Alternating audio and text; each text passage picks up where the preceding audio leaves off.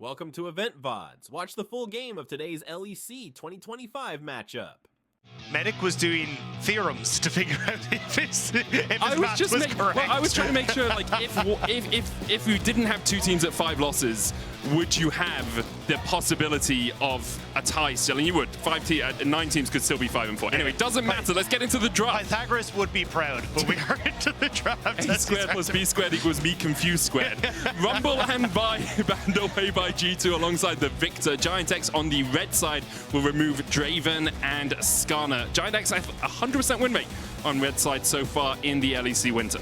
Yeah, I'm curious if the Varus gets banned away here, or what the kind of the priority is coming into this, because I think we've kind of seen the poke Varus and the flexibility it offers with the on-hit as well has been really stellar, and also just offering that mixed damage can help out with, if you want to pick up things like the Mbessa or start to flex around some of that AD damage. But big question marks here. It's going to be the Maokai, so I wouldn't be surprised with the first pick Varus coming through. It doesn't really surprise me if G2 do go there. It does feel like Victor and Varus fall in the first pick positions. Akali currently the hover for Broken Blade. The only thing is, how comfortable do you feel going towards something like the Callista as Hans Sama? Because there is also a, hey, let's go for something like, well, Cassante or a Rumble. Well, Rumble's gone, because they may be trying to bait Noah into going for the Callista himself, because Noah is a Callista player, and then they answer with the Draven. So looks like they're just going to go with the Varus instead. GIANTX actually anticipated that possibility, banned out the Draven themselves. It is the Cassante. We've been seeing a lot of B1 Cassante, the safest blind top laner in the world, probably the safest blind pick in the game right now is that Cassante, and Broken Blade will be piloting it for the first time in winter. Lot did say a lot in an interview. Gotta have to get used to that. Lot said that he thinks Broken Blade was his idol. It was his like role model when he was growing up as a top laner, and so now getting to play against him on the LEC stage is a big step up, and Lot's been having a great split so far in my eyes. We'll see how well he can do against the top father, who hasn't been as such so far in winter. Varus and Jace, though, are the locks for GIANTX to kick us off. I think BB did have a great performance on the Cassante, though, so not fully surprised he go back towards it. Also great in the lane swaps, which I feel like G2 are trying to set up for, because especially with the Jace taken and the Varus, probably looking for some sort of poke composition. So if you can start to rotate around the map, you nullify some of these strong lanes, and even going for the Zyra as well, another champion that can work very well on some of these early dives. So definitely feels like G2 going to opt in towards an early lane swap. So what, maybe you just go for scaling for Hans Sama in this sort of situation, go for something like the Jinx, so then you don't really have to answer into a lot. I mean, look, there's poke galore. We know exactly what GIANTX are going for. You'll see the Nidalee come out once again, this time for closer. Had it not succeed a couple of times. Isma having a bad performance, well, a good start and then a poor end, and 113 having a very similar experience in the last game. Here, Closer will be putting his paws on it. Second stage of bans is Callista removed by GIANTX, so they're anticipating Hans Sama looking for something aggressive in that bot lane. I think it could also just be the Ezreal to try and remove some of the comfort picks or the aggressive picks there, but I think this is where Maokai is kind of very valuable on both sides. I know he is banned away, but I'm kind of surprised to see GX be the one that's banned him away if they are going to opt in towards this kind of poke composition, because I think Maokai and having something, an engage tool in that bottom side, is really what fulfills this role more so than the Nidalee of being that engage tool, offering that disengage. So maybe you look towards Renata ban as G2 here just to try and get more of that disengage gone, but at this stage G2, they just need to try and figure out how the hell they are going to engage onto GIANTX. At the moment, it looks like it might be a little bit of a struggle. We do still have things like the Rel, like the Nautilus as possibilities for G2. Rel banned away by them, trying to remove some of the possible engage tools from GIANTX themselves. Leona obviously fits into that wheelhouse as well, and that is where Noah is currently hovering for GIANTX. We've only seen Jun on Rel and Poppy so far, so it will be something new in his toolkit, but very experienced on the Leona overall. Yeah, I thought Jun might opt in towards the Renata, because honestly it was one of my favorite picks for him. Last year I thought he looked great on it. And then you can go in towards the Ornn for Lot on that top side, just go tank for tank and still have that engage tool after the poke is landed, but they just want to try and get it for Jun instead. And I'm curious then what Lot wants to try and go for, because you can still flex the Jace in towards Jackie's in the mid lane if you'd really like to. I'm not really sure exactly where this Jace is going to go to, so it's nice to hold on to that flex for GIANTX for the moment. I wonder if G2 will look for the Renata themselves here. They've got a bit of engage. They don't have a huge amount, as you say. It's going to be hard for them to get on the Varus and the Nidalee and the Jace on that backline. Nautilus instead, the option here for Lebrov. G2 supports and Nautilus do not have the best history together. Mickey known for running it down from time to time on that champion, but Lebrov's going to try and pilot it in this game. Yeah, I feel Yeah, I like this flex here. You move the Jace up the top side, go for the Smolder here, because Nautilus isn't really going to cut it as just your solo engage tool, right? It's one member where you're probably going to have to flash in realistically to get in range of a lot of these champions. So as long as you've got a similar flash cooldown, you're going to be perfectly fine. So I like what GIANTX have. Play at range, just look for the poke and force G2 back. And G2 have not been the cleanest when it comes towards objective setup and team fights. And this is now a composition G2 need to execute perfectly on if they want to try and beat GX. Yeah, it's easy to look at the compositions in isolation and be like, oh, well, they both have equalish amounts of engage, right? The Leona can ult from far away, the Nautilus can do a similar thing, but when you look at the range advantage for GX, which you're highlighting so well, Dagda, that's where things really come to the fore for GIANTX in terms of compositional strength as well. If G2 ever try and step up, it's like you're eating a bunch of poke from the Jace, you're eating poke from the Varus, you're eating so much poke as well from the Smolder as he scales up, so it is going to be very difficult for G2 unless they find good flanks, or unless they're so far ahead, they can just butt their heads through the oncoming storm. Yeah, I think that's why we'll probably see some sort of a lane swap coming through to say, hey, look, Lot very vulnerable on dive situation, Broken Blade not as much, and you can try and look for something special, but we're going to have to figure it out as we start to get into this game, G2 versus GIANTX. Let's get into the action. G2 sitting mid-table. Something we don't often see for them. GIANTX sitting at the top, something we don't often see for them either. A single win will take GIANTX into the playoffs. For G2, they need a couple more. And Rob, I know you did some research and you pulled up this quite interesting factoid about G2. Yeah, this would be the first time since 2018 spring that G2 did not finish top 4 after week 2. Now, we saw Dylan Falco on the couch kind of saying, look, Week 2 does not define your year, and I think that is a very fair observation, but I think a lot of this is G2 just not performing to the state that we expect them. Their team fights haven't been as strong as we wanted to. They haven't been able to find a lot of the success that made them so special, and it feels like even their game against Vitality, they were getting run around the map. Like, a lot of what made G2 special hasn't been seen this split. And I think a big part of it as well is G2 look underwhelming, and the parts they gave up look incredible at the moment. Yike is having a Stormer, Mickey is having a Stormer, Fnatic and KC sitting at the top of the table. It would be okay in some people's eyes for G2 to be failing a little bit. It's like, oh, they've got new players, it's fine, it's understandable. You're going to falter a little bit at the start as long as you come to the fore as the split goes on. But when the parts you replaced are then succeeding in other places, it becomes so much harder to see the vision behind it. We are only in week 2 though, and we see normal lanes here in the early game. Yeah, I think it's also the fact that we're not getting the same level of map play and understanding where they need to be in the map for G2, which comes down to kind of a shot calling thing as well. So it feels like, look, obviously new team, new players, they are going to learn how to operate within the system that G2 works, but it's been a bit of a slow pickup rather than a bit of a faster pickup that I would have expected coming in towards, you know, the end of week 2, pushing towards week 3. But there is more time.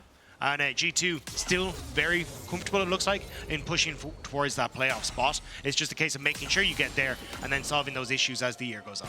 Let's see how well they can solve those through the next few months. If they do make it to playoffs, as you kind of expect them to. Sitting at 2 and 3 right now, with Rogue already having 5 losses, SK staying on 5, as well as Caps and Jackies are trading in the mid lane. Caps going back for another auto attack. Has to flash early. Jackies was ready and actually got a heal off Closer as he walked by, so he's going to have a massive health advantage here in the lane. Yeah, nicely done by Jackies, just looking for the trade, because that E on Corki early is terrifying. The shred that comes through and the damage that can get churned out is nice, but Jackie's holding his ground and manages to turn that one back in his favor, holding the flash, now getting the heal. He's in a great little spot. Jackie's running Grasp as well in the mid lane. We see bot lane, Jun going in onto Hans Summer. Hans down to about half HP. They'll trade back onto Noah, and Skumon's coming in from the side. Hans Summer having to cleanse away, but Jun's burnt his flash now, and the flash route coming out from Lebrov. Jun goes back in. Ignite is ticking on Hans. Jun might even be able to get the first blood. He secures it. He's going to pay for it with his life as Lebrov and Skumon decided to focus down Noah first. Jun will die to the tower. I think Skumon that gets the kill.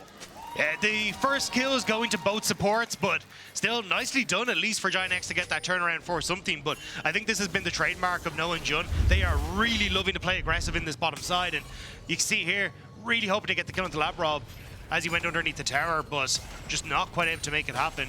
Skumon taking a little bit of time. They have Nidalee on the side, so they think they're safe here. Try and go for the play. Get on towards Hans Sama. get the slow field, and Jun with the flash forward. It's a good cleanse from Han Sama, also with the pot running to make sure he's okay. Labrov just flashes forward then, knowing Jun has no real escape, but just unfortunate timing. They thought with Nidalee on their side of the map, they were going to be safe, but Skewmon able to get into position to keep them in check. Greedy a little bit as well from Noah, flashing forward for that auto attack on Hans. If he got the kill, obviously it becomes a bit much more beneficial trade, as Caps is losing massively to Jackies, who still has the flash, but here is the run to save his mid, and now Jun is in for a world of hurt as well. Caps dies to the spear. A 2-for-1 exchange, a double over to Skewmon.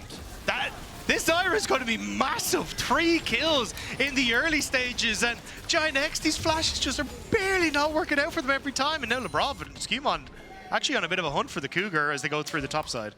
Jackie's going to lose minions to that tower as well. There is a cannon. It actually looks like Jackie's might be there in time to pick up the cannon. We'll have another look at this mid lane play because Caps is on the losing side for a long time until help arrives. Yeah, so ends up just barely making it back. Great hook from Labrov though, managing to hook him under, or hook the Smolder underneath the tower. And Jun just roots Caps long enough. I think he would have died to the spear regardless, but I think Jun was dead either way. So still 4-2 now for G2. Nice little gold lead for themselves. A little greedy for Caps. Let's be honest, like, we praised this guy enough. Did you need to walk back in to try and get the assist? You know your wave's going to get pushed anyway by Skewmon and Labrov. So Caps are on the wrong side of trades so far with Jackies in the solo 1v1 matchup. Jackies is definitely getting the advantage and has a slight lead in terms of XP as well, about half a level for him and about 200 gold his advantage. But because G2 picked up those 2 kills in the mid lane, they have that feat of warfare, the first to 3 kills of either team in the game. They'll need 1 more feat if they are going to get the feat, the triumphant shoes. It's their sole point, you could say. You don't want to be defeated. Yeah, I'm there with you. Don't worry. Yeah, we're on the same page? Yeah. Good. Lot and Broken Blade trading in the top lane here. Lot is on the wrong side of this. Broken Blade brings in the Intoku's good flash from Lot to escape. Dodges the Q3 as well. In the end, it's flash for flash burn in the top lane. And jugglers are legging it topside. Skewmon going to find closer here. 6 here as well. Yeah. Close is going to take a chip. Faded Ash is sitting on Skewmon already. Jackie's getting chased out by Caps, but we've seen Jackie's on the beneficial side of these trades in the past. Caps still trading forward. Mom called. Jackie's needs a little bit of assistance, while in the bot lane, Labrov is being engaged on by Jun. The Zenith Blade went forward.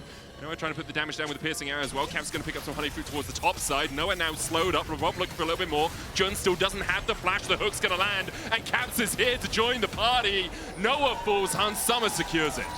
The fact that Caps got to wander the entire way down bot side and catch them out is a little sad for the GIANTX bot lane, but they've been trying to play this lane hyper aggressively and it has not worked out for them whatsoever. Now they're going to get the push in bot. That's a big wave loss for Noah, and Closer just trying to poke Skewmon out of this top side.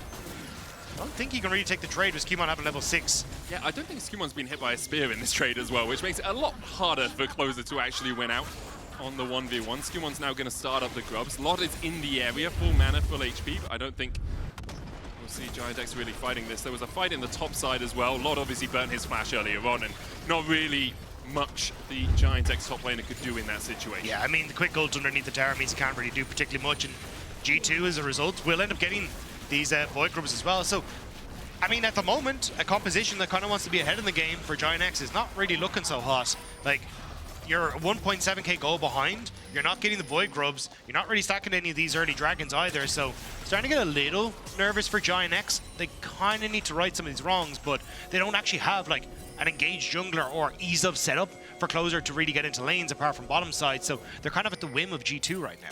It's one of the weaknesses of a poke comp when you fall behind. We talked about it, like if G2 can just run into your poke and not really care about it, it becomes a lot harder to actually pressure them with that poke. We see Hans Summer and Labrov moved up towards the top side here. There is a Drake on the bottom side of the map. Skewmon is currently in the vicinity of it, but I think on the Zyra, he's probably just going to go for a full clear and try and get towards top side as soon as possible. G2 out to about a 2,000 gold lead at the 9-minute mark, and their early game has been a good part of what has been a disappointing start to the split for G2. Yeah, they've been continuously able to get these early leads, particularly in around, like, Caps has been doing a phenomenal job in mid, and sometimes he has been strong enough to just carry them to that second win when you think back to the Smolder game, but hasn't really been able to find too much success as a unit. Now Skewmon needs that help. Skewmon does have flash here. Has his ultimate as well, puts it down onto Jackie's, doesn't land the knocker, but you can already see the damage coming out from Skumon, lands the root on the backside, Caps going in with the Valkyrie, Jackie's will flap his way to safety, but even though Skumon was caught, didn't burn a summoner, did burn his ultimate, those Stranglethorns taking half of Jackie's HP because the Leandries is already complete. Yeah, nice fancy feat from Skumon, and as you said, the DPS is there with the Leandries, but it's just GIANTX forced away, and again, it's another objective going across the G2, and this is what we were kind of pointing out with the Atacon, only 20%. Like, objectives have not been the best for G2, both in the setup for themselves, the ability to get, like, Lebrov into position and Broken Blade into position, but this has been a nice early start for them, and if they can continue this, they're in a great little spot. Really strong position so far. Blue across the board at the bottom, those gold leads taking over for G2. The smallest one is Caps in the mid lane, who has been coming a bit of scupper to Jackie's, who's currently sitting at 77 stacks, trying to get himself towards that fateful 225 mark. Not as powerful as it once was, but still a very strong point for the Smolder. For GIANTX, I think a lot of people have been wondering how long this run of form could continue, as Broken Blade is going to get chased down by Lots and Closer here. The first spear missed, the second goes wide as well, and Broken Blade is almost at the safety of his tower. They will manage to escape. I think the question for GIANTX was how long could the run continue? You know, they're 4-1 so far. They've had some difficult matchups, right? They've been able to pick up a win versus, I have to look this up because I'm going to get them confused, a win versus Carmine Core. They lost to MKOI. But these next two games, I think, are the regular season deciders for GIANTX. They have G2 and then they have Fnatic at the start of next week. If they pick up both of these wins, they end out their split playing up against Vitality and SK, I believe. Is it SK? Oh, going to take a lot of damage. BDS. Yeah, no, it takes a lot of damage. So if they can manage to get through these next couple of games, they're looking at, you know, an 8-1 scoreline by the end of it. Yeah, and I mean, it started a big win if they could take it against G2, but G2 trying to get them underneath the tower here. Ult is available for Skumon. They don't really know where Closer is, so they're going to back away for a moment, but maybe on this next wave? I'll put some minion.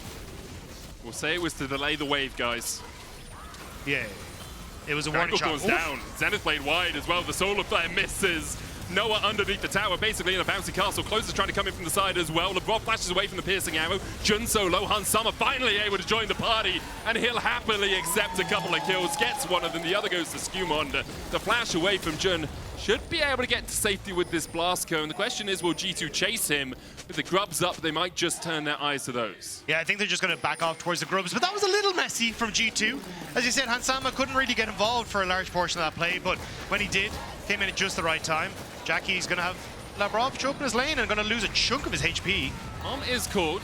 Jackie's does still have the flash. I think this is more Lavrov making sure that Caps can get the wave in. It's also Jackie's just TP'd in, and now it's the reset, and Caps has his teleport to come through. So really good job by Lavrov, because now you just guarantee there's no presence on top side, and that's 6 Void Grubs. And on average, G2 have had less than 3.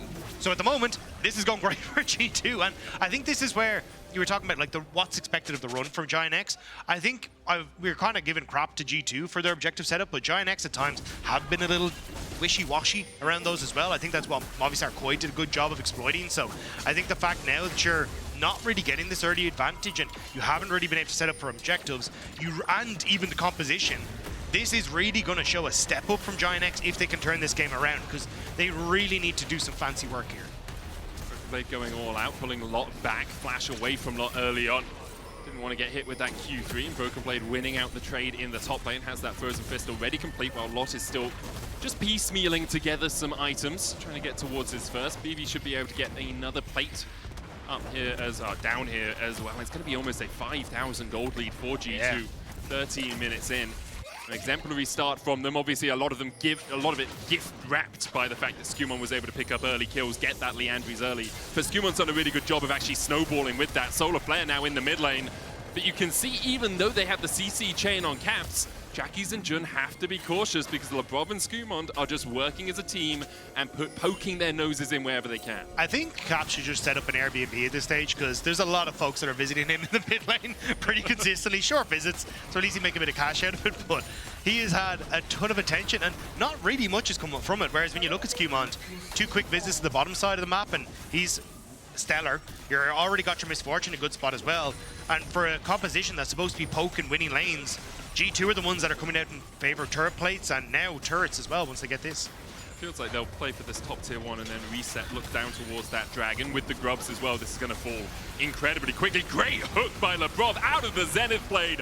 Oh, that's the Nautilus highlight clip right there. Lebrov lands it perfectly, but Jackies is on the chase now. Lebrov is going to get shut down. Good knock-up as well as Jackies is being forced to chase a little bit further. Grasping Roots coming out. Skumon and Hans Summer will escape. The tower still stands, importantly for GIANTX. In the end, it is just an exchange of supports. But it could be an exchange of a different tower instead. So Caps is pushing in mid, but now Broken Blade is pushing in bot. And Lot is doing his best to use every movement speed ability in Jace's kit to try and get to one of these. But no Demolish on Broken Blade. Still has 6 Void Grubs.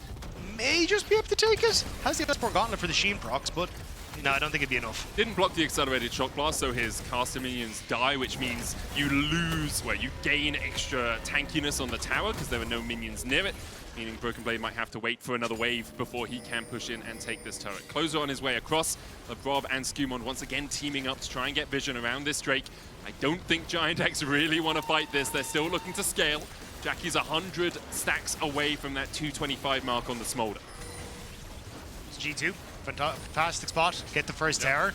You can still have your Corki go up, clear out that top side, and once you get Dragon, reset, look for the tier 1 tower and top side as well. And it just feels like GIANTX again, because you're a poke comp, you can't really step foot in here. Like, who's really going to tank it? Jun has already shown how squishy he is, and now Cap's going to go up 1v1 against Jackies, and I don't think he wins this anymore. Yeah, the Phosphorus Bomb doing so much work. Caps as well with that Gatling gun, reducing the armor and magic. This Jackies with some fancy feet to dodge to the side, but that tower is pretty much done for. A light sneeze will blow it over. I think that rocket and then a flash Sheen proc would have killed Jackies there. So very lucky that he didn't get hit by that. Now Closer gonna come in, heal from Mom, heal from the Nidalee. Still Caps drawing more attention towards topside, which is kind of working out well for them because with Rift Herald in just a couple of seconds, he gets cleared the wave, should be able to reset and pick up if he wants to, or even interrupt here. Oh, gets hit with the spear though.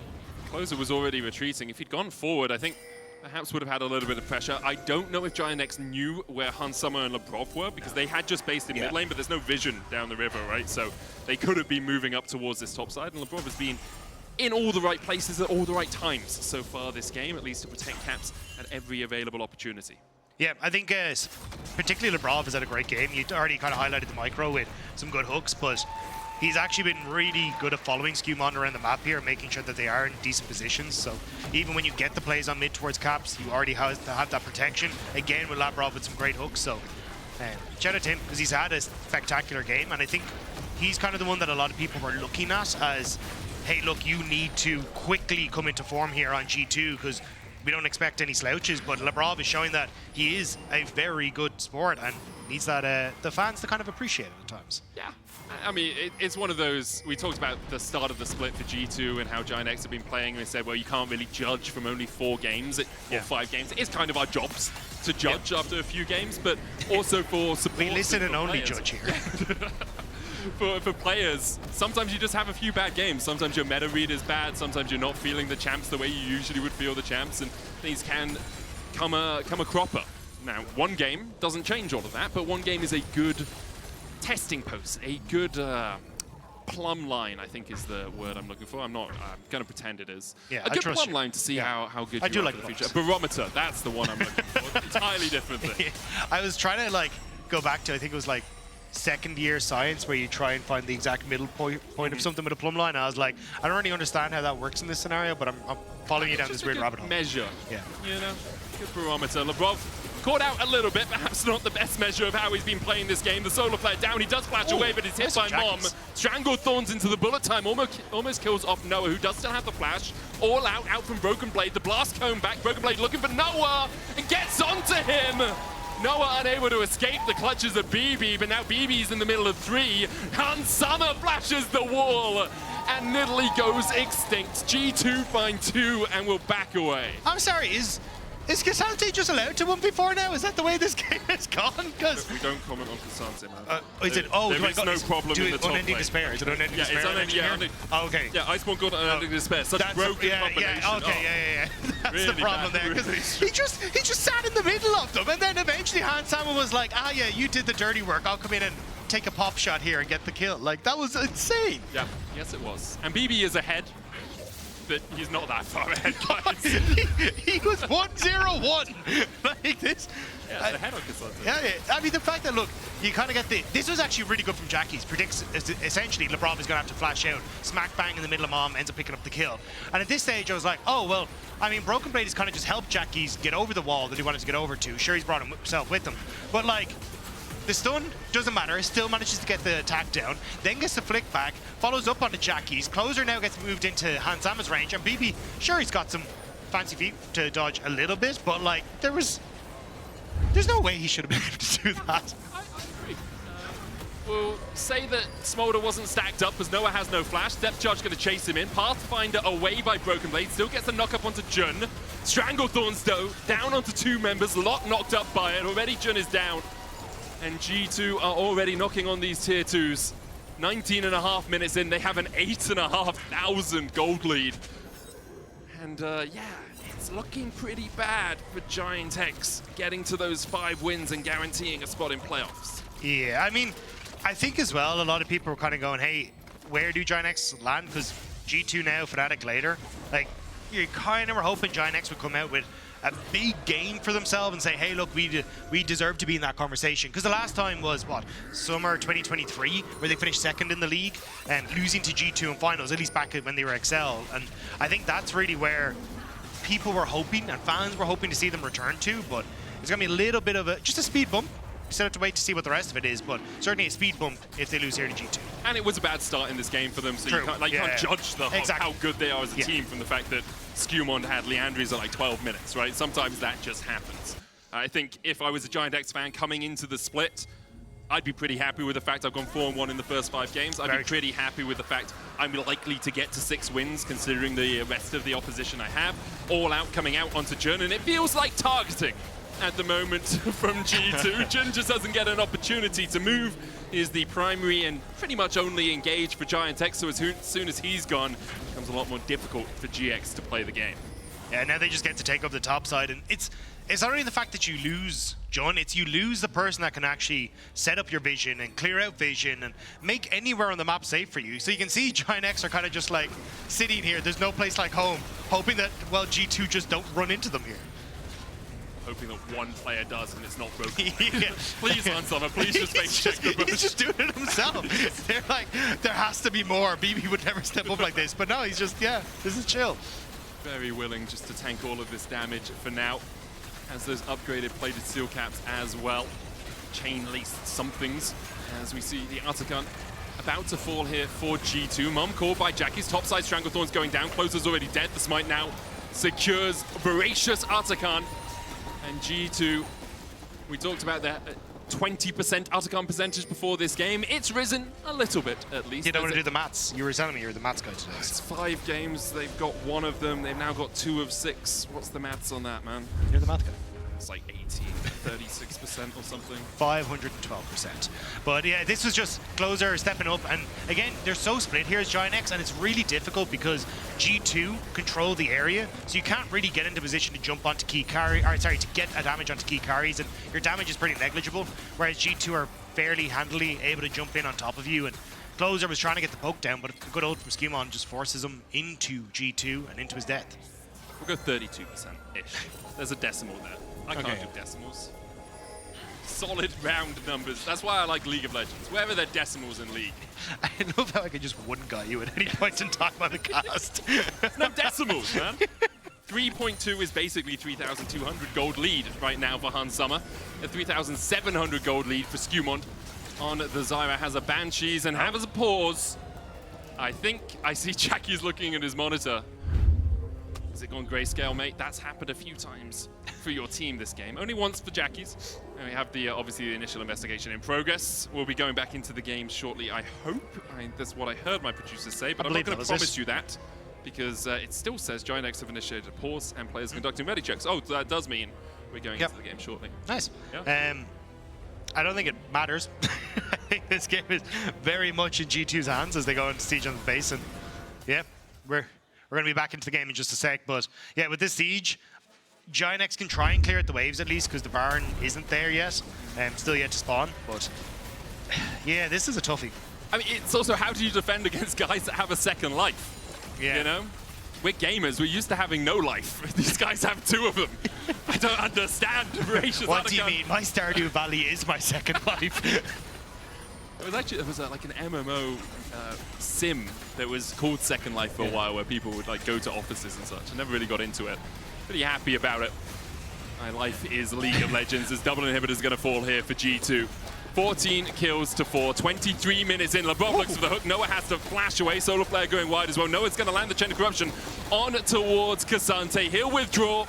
The false life buying him a trip back to the fountain, lickety split. G2 will back away. They've got in 2 inhibs. It was greedy to go for more, but I feel really they were just trying to burn sums. Yeah, and at this stage now, you've got pressure mid, pressure bot, and a minute, just over a minute until Baron. So, hey, let's go siege on towards top side.